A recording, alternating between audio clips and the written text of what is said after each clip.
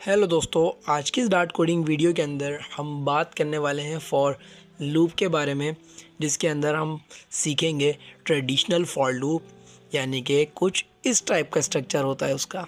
वहीं दूसरी तरफ हम अगर समझें हैंड्स फॉर, यानी कि फॉर इन लूप, जिसका स्ट्रक्चर कुछ इस टाइप का होगा।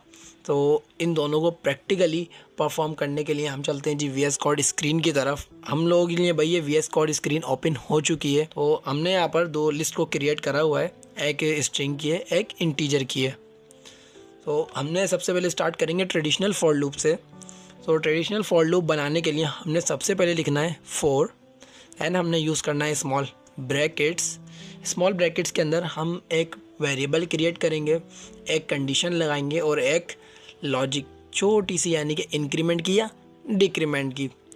देन हमने यूज़ करना है एक कर्ली ब्रैकेट्स का, जिसके अंदर हम आगे अब जो भी हमारे फॉर लूप के अंदर से हमें चाहिए, यानी कि अब हम इसमें जो भी काम करना चाहते हैं फॉर लूप के अंदर, वो इन कर्ली ब्रैकेट्स के अंदर करेंगे।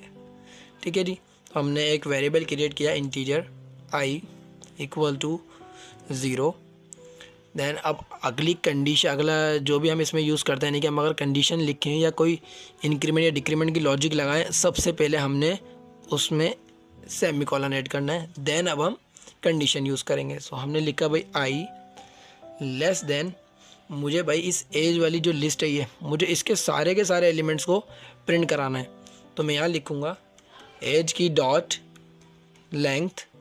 ठीक है, एज के, मेरे एज के अंदर जितनी भी उसकी लेंथ है, मैं चाहता हूँ उससे जो हमारी आई की वैल्यू है जी, वो आपकी एज की जो डॉट लेंथ है उससे कम हो आई की वैल्यू, क्योंकि मैंने यहाँ पर आई को 0 रखा है।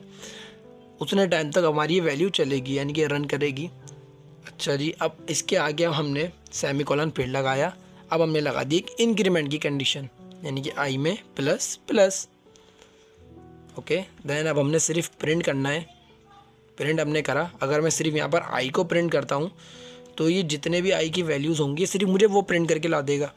इसके इंडेक्सेस की ये सारी की सारी जो एलिमेंट्स हैं ये मुझे प्रिंट करके चाहिए, जबकि तो इसके लिए मैं करूँगा एज क्या इंडेक्स आई, यानी अब आई के अंदर हर बार वैल्यू अपडेट होगी। पहले आई की 0 है तो यहाँ 0 आएगी, तो एज के अंदर 0 इंडेक्स पे जो भी वैल्यू होगी वो आके प्रिंट हो जाएगी।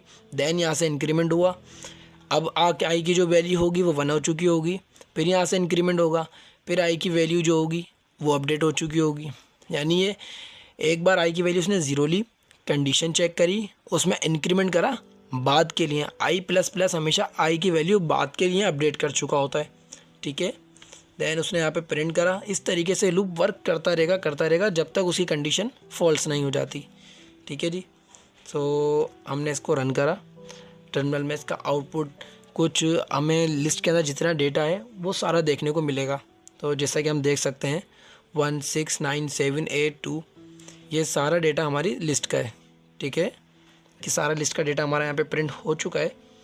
हमने इसको करा यहाँ से डिलीट। ठीक है, अब हम चाह रहे हैं भाई हमारे को एक 2 का टेबल भी इसमें प्रिंट हुआ दिख जाए। तो हमने सिर्फ यहाँ पर इसकी लेंथ के लिए नहीं, फिर एक 2 का टेबल हो या कोई सा भी टेबल हो, उसमें 10 नंबर्स होते हैं। तो हमने लिखा 10, हमें 10 टाइम तक चाहिए, तो less than and equal to कर हमने आई की वैल्यू कर दी यहाँ पे 1।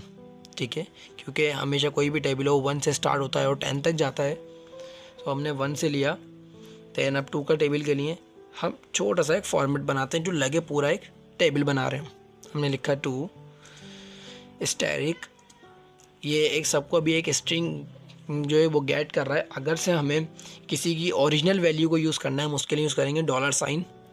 अब मैं यहाँ पे यूज़ करता हूँ आई, क्योंकि आई की वैल्यू ये अपडेट होती रहे, उसी हिसाब से मेरा इंडेक्स चेंज होता रहे। यानी कि 2 1 ज़ा 2, देन 2 2 ज़ा 4। सो आई की वैल्यू भी अपडेट होनी चाहिए। ओके, देन मैंने यूज़ करा इक्वल टू। अब मुझे यहाँ पर वो लॉजिक परफॉर्म करनी है जिसके बिहाफ मेरा जो टेबल में मल्टीप्लिकेशन हो रही है 2 के टेबल की या कोई सा भी टेबल हो। तो हमने उसके लिए लिखा $, करली ब्रैकेट्स मैंने यूज़ करे। मैंने कहा भाई मेरे पास जो भी आई हो वो मल्टीप्लाई हो जाए। अब जो भी टेबल आप जिसके जो सा भी टेबल आप बनाना चाहते हैं, मैं बनाना चाहता हूँ 2 का टेबल, तो मैंने लिखा यहाँ पे 2। यहाँ पर हमारे 2 के टेबल की जो लॉजिक थी वो कंप्लीट हो गई। अब हम ईज़िली इसको प्रिंट कर सकते हैं। अगर हम इसमें देखें अपनी प्रिंट स्टेटमेंट के अंदर, तो हमारा यहाँ पर पूरा एक 2 का टेबल जो है वो प्रिंट होकर आ जाएगा। और ठीक है जी, यहाँ पर हमारा 2 का टेबल पूरा प्रिंट हो चुका है। तो हमने इसमें अभी सीखा प्रिंट किस तरीके से कर सकते हैं। एक अगर हम टेबल कराना चाहें या अगर हम किसी लिस्ट को गेट करना चाहें, उसके सारे एलिमेंट्स को किस तरीके से गेट कर सकते हैं। इसी तरीके से इसमें ब्रेक भी, अपडेट भी, बहुत सारी चीज़ें कर सकते हैं लूप के अंदर।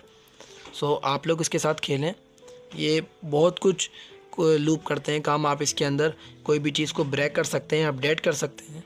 खैर, हमने अभी ट्रेडिशनल फॉर लूप इतना ही समझेंगे, बाकी हम इसके मज़ीद क्वेश्चन को सॉल्व कर उसमें मज़ीद एक्सप्लोर करेंगे। अब ये मूव करते हैं अपने इनहेंस फॉर यानी कि फॉर इन लूप की तरफ। तो इनहेंस लूप की तरफ जाने के लिए हम सबसे पहले लिखेंगे फॉर, देन स्मॉल ब्रैकेट्स, अब देन कर्ली ब्रैकेट्स, पूरा वही स्ट्रक्चर अभी तक का, ठीक है। बस अब इसके अंदर कंडीशन क्या है, हम इसमें इंटीजर का यानी कि हम कोई भी एक वेरिएबल इसमें क्रिएट करते हैं, मगर कोई भी इंडेक्स फाइंड करने के लिए नहीं, बल्कि लिस्ट के जो एलिमेंट्स हैं उनको गेट करने के लिए वेरिएबल क्रिएट करते हैं। तो अब लिस्ट में किस टाइप का डेटा है ये हमें नहीं मालूम, इसलिए हमने लिखा वेयर लिखने के बाद में हमने जस्ट लाइक लिख दिया, जस्ट ए, ठीक है। फिर आप फॉर इन लूप यूज़ कर रहे हैं तो हमने लिखा इन लिखने के बाद में अब आपने यहाँ पर उस लिस्ट का नेम लिखना है या उस लिस्ट का वेरिएबल लिखना है जिसके अंदर की लिस्ट को, जिसकी लिस्ट के डेटा को आपने गेट करना है, ठीक है। मैंने करना है जैसे कि नेम, तो मैंने लिख दिया नेम, ठीक है। अब हम प्रिंट कर लेते हैं ए को। अच्छा, ए को ही प्रिंट क्यों करेंगे, ए को हमने प्रिंट इसलिए करा क्योंकि जो भी हमारे पास अब नेम के अंदर जितना भी डेटा होगा, जितने भी हमारे एलिमेंट्स हैं नेम के अंदर, जितनी भी या नेम के अंदर कोई भी एक इंटीजर वैल्यू भी अगर हम इसके लिए भी रन करें, तो ये सारी की सारी वैल्यू 1 बाय 1 इस वेरिएबल में ऐड होते रहेंगी और हम इस वेरिएबल को ही प्रिंट करते रहेंगे, ठीक है। तो हमने इसको प्रिंट करा। हम देख सकते हैं इसके प्रिंट के अंदर हमारे को उज़ैर, सैफ, सुहेब एंड साद 4 के 4 नेम हमारे पास प्रिंट हो चुके हैं, ठीक है। ओके, हमने इसको यहाँ से करा डिलीट करने के बाद अब हम इसके अंदर से अगर छोटा सा फ़र्क देखें तो जब भी कभी हमें किसी इंडेक्स या कोई काउंटेबल वर्क हो तो उसके लिए हम हमेशा यूज़ करेंगे इस वाले फॉर लूप को, यानी कि ट्रेडिशनल फॉर लूप को। वहीं अब अगर से हमें सिर्फ लिस्ट के डेटा को रीड करना है या ब्रेक और कंटिन्यू टाइप का वर्क करना है, यानी कि जिसके अंदर हम इंडेक्स या काउंटेबल वर्क ना कर रहे हों, हमें इंडेक्स से कोई मतलब नहीं, हम सिर्फ लिस्ट के डेटा को रीड करना चाहते हैं, अपडेट करना चाहते हैं, या एक स्पेसिफिक टाइम तक हम सिर्फ उस लिस्ट को देखना चाहते हैं। जैसे कि अगर मैं बोलूँ मैं को इसके अंदर सिर्फ सेफ तक नाम देखने, उसके आगे नेम मुझे नहीं देखने, तो मैं लिखूँगा इफ़, ओके। मैं इसमें लिखूँगा सबसे पहले इफ़ के अंदर अब मेरे को जो कंडीशन लगानी है कि भाई मेरा जो ए है जैसे वो इक्वल टू हो जाए किसके, सेफ के, ठीक है। देन वो वहाँ से रिटर्न कर दे या वो वहाँ से ब्रेक हो जाए हमारी लिस्ट, बस, ठीक है। सेफ के आते ही लिस्ट हमारी ब्रेक हो जाए, अदरवाइज़ अच्छा हम अपनी प्रिंट तो करवा ही रहे हैं, प्रिंट कर दे वो ए को, ठीक है।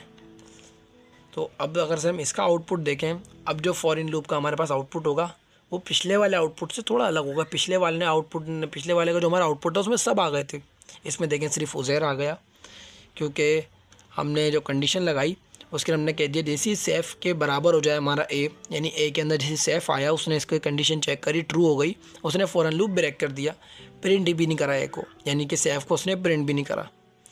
तो इसके अंदर हम ब्रेक भी कर सकते हैं, कंटिन्यू प्रोसेस, ये सब कुछ हम इस लूप के अंदर भी कर सकते हैं। लेकिन जब भी कभी काउंटेबल या कोई इंक्रीमेंट या डिक्रीमेंट या कोई ऐसा वर्जन जिसके अंदर हमने मल्टीप्लिकेशन करानी हो, हमेशा उसके लिए हम ट्रेडिशनल फॉर लूप का यूज़ करते हैं।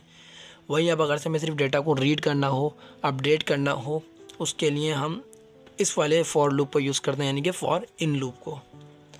तो हमने यहाँ पर अभी दोनों टाइप के फॉर लूप्स को एक्सप्लोर कर लिया है।